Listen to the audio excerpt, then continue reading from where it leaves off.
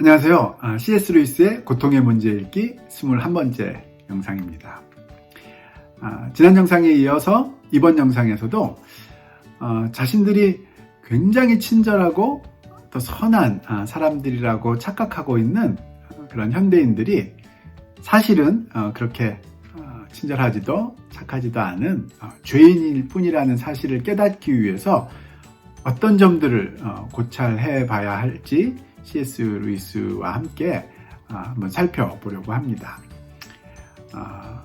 101페이지 맨 위에부터 지난 영상에 이어서 세 번째 고찰점들부터 살펴보도록 하겠습니다. 3. 우리는 시간이 흐르면 죄가 말소된다는 이상한 환상을 가지고 있습니다. 다른 사람들뿐 아니라 저 자신 역시 어린 시절에 저지른 잔인한 행동이나 거짓말을 회상하면서 마치 지금의 내 모습과는 전혀 상관이 없다는 듯 웃음까지 터뜨려가며 말할 때가 있습니다. 그러나 단순히 시간이 흘렀다고 해서 그런 짓을 했다는 사실이 바뀌는 것도 아니고 죄책이 없어지는 것도 아닙니다. 죄책을 씻어주는 것은 시간이 아니라 회개와 그리스도의 피입니다. 또 설사 어린 시절의 죄들을 회개했다 해도 그 죄가 사해지기 위해 어떤 대가가 치러졌는지 기억하고 겸손해야 합니다. 어떤 것으로든 죄 지은 사실을 말소시키는 일이 가능하다고 생각합니까? 하나님께는 모든 시간이 영원히 현재입니다. 그러니 하나님께서 그 다차원적인 영혼의 한 측면에서 어린 시절 여러분이 파리 날개를 잡아 뽑고 있는 모습을 영원히 보고 계시며 학생 시절 아첨하고 거짓말하며 정욕에 빠져있는 모습을 영원히 보고 계시고 중2로 복무하던 시절 비겁하고 오만했던 순간을 영원히 보고 계신다는 것이 전혀 불가능한 일은 아니지 않습니까? 아마도 구원이란 이처럼 영원한 순간들을 말소시켜버리는 데 있는 것이 아니라 완전히 겸손해져서 자기의 부끄러움을 영원히 지고 그 일이 하나님의 긍휼을 드러내는 기회가 되었음을 기뻐하며 온 세상이 그 일을 알게 되는 것을 기꺼워하게 되는 데 있을 것입니다. 아마도 그 영원의 순간에서 성 베드로는 혹시 제 생각이 틀렸더라도 그는 저를 용서해 주시리라 믿습니다. 성 베드로는 영원히 주님을 부인하고 있을 것입니다. 그렇다면 천국의 기쁨이란 지금과 같은 상태에 있는 대다수의 사람들에게는 새로 입에 익혀야 하는 맛, 이런 맛을 익히지 못하게 만드는 삶의 방식도 있을 수 있습니다. 새로 입에 익혀야 하는 맛이라는 것이 참으로 맞는 말일 것입니다. 아마도 구원받지 못한 사람이란 그처럼 공개된 자리에 감히 나아가지 못하는 사람이겠지요. 물론 정말 그런지는 잘 모르겠습니다. 그러나 그 가능성만큼은 염두에 둘 가치가 있다고 생각합니다.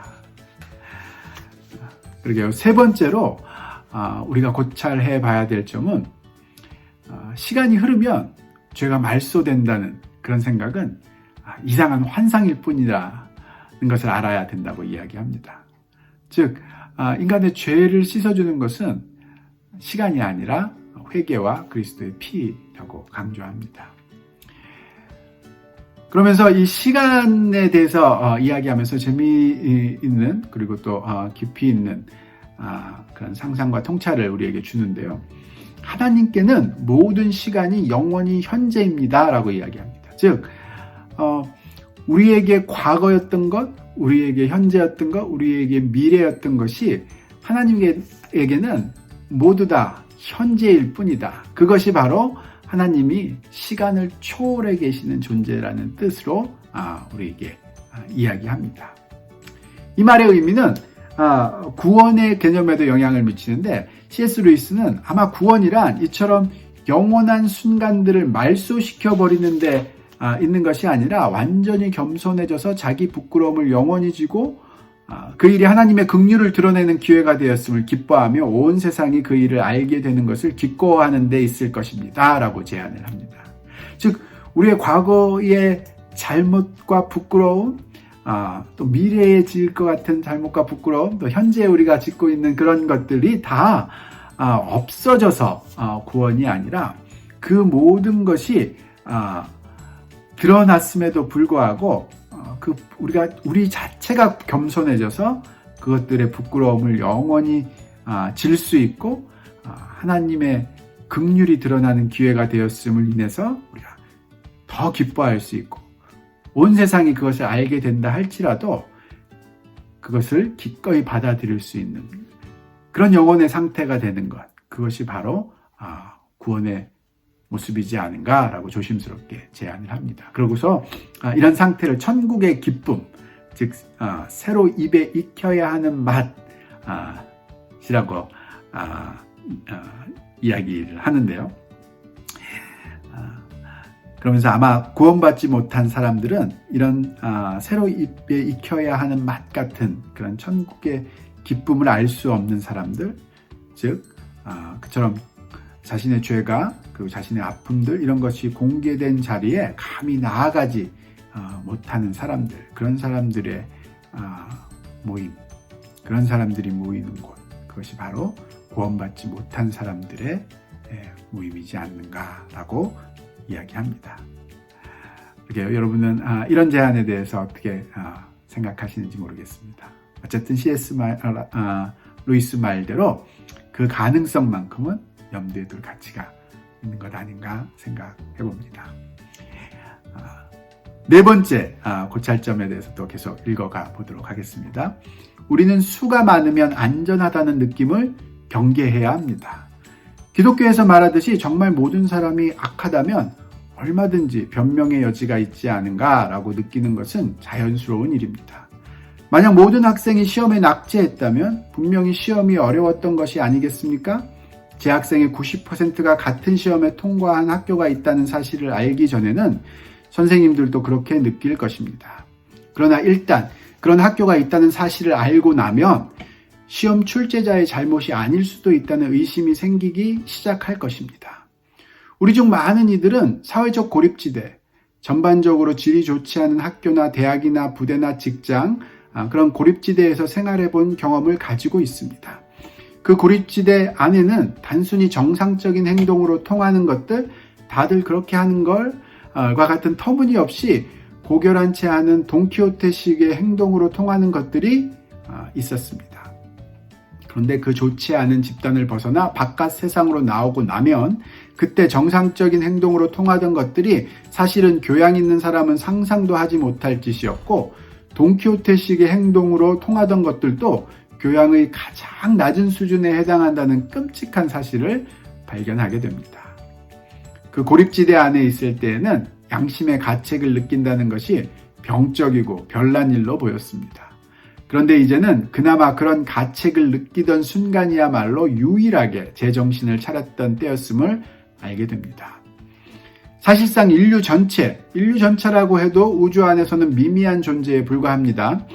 인류 전체가 그러한 악의 고립지대일 수도 있다는 점, 이를테면 최소한의 교양이 영적인 미덕으로 통하고 극도의 타락이 봐줄 만한 결함 정도로 통하는 외딴 불량학교 내지는 군대일 수도 있다는 점을 직시하는 것이 현명합니다. 인류가 정말 그렇다는 증거가 기독교 교리 외에 또 있을까요? 유감스럽게도 또 있습니다.